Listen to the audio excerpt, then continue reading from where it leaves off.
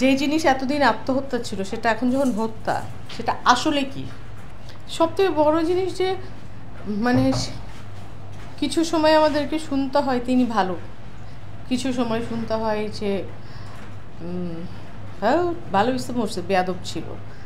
এই যে জাজমেন্টাল হয়ে যায়, এবং জাজের কাছ থেকেও আমরা জাজ অনেক সময় হয়তো কি বলে এটাকে মতানৈক্য বা ওনার মধ্যে এক ধরনের ইয়ে তৈরি হয় যে আসলে কোনটা ঠিক আর কোনটা সঠিক। আর সবথেকে বড় কথা যেটা, যখন বাদী এবং বিবাদী দুইজনই কাঠগড়াতে, দুপক্ষের উকিলের কাছে বাদীর উকিলের কাছেও বাদী রাইট, বিবাদীর কাছেও বিবাদী রাইট, কিন্তু আমরা চাই ন্যায়টা, আমরা চাই যেটা সঠিক।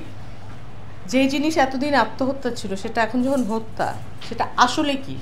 ওদের স্বপ্ন পূরণে পাশে থাকতে পেরে আমরা গর্বিত। আমাদের অবশ্যই আমরা জানতে চাই এবং সেই সত্যটাই প্রকাশ পাক।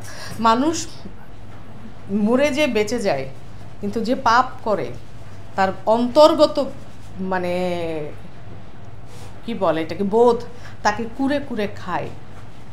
মানুষের একটা দীর্ঘশ্বাস আরেকজনের জন্য কিন্তু অভিশাপ হয়ে দাঁড়ায়।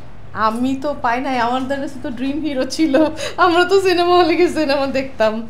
অবশ্যই আমাদের কাছে তিনি বাংলাদেশের মানে কি বলে সর্বকনিষ্ঠ, সম্ভবত উনি হিরো ছিল। ওনার থেকে ছোট কি নাইম ভাই ছিল নাকি অলমোস্ট একই এজে, যাই হোক মানে আমরা তখন একদম ইয়াং, আমরা একদম এইরকম একটা সুন্দর হিরো আসছে, আমাদের কাছে অনেক বড়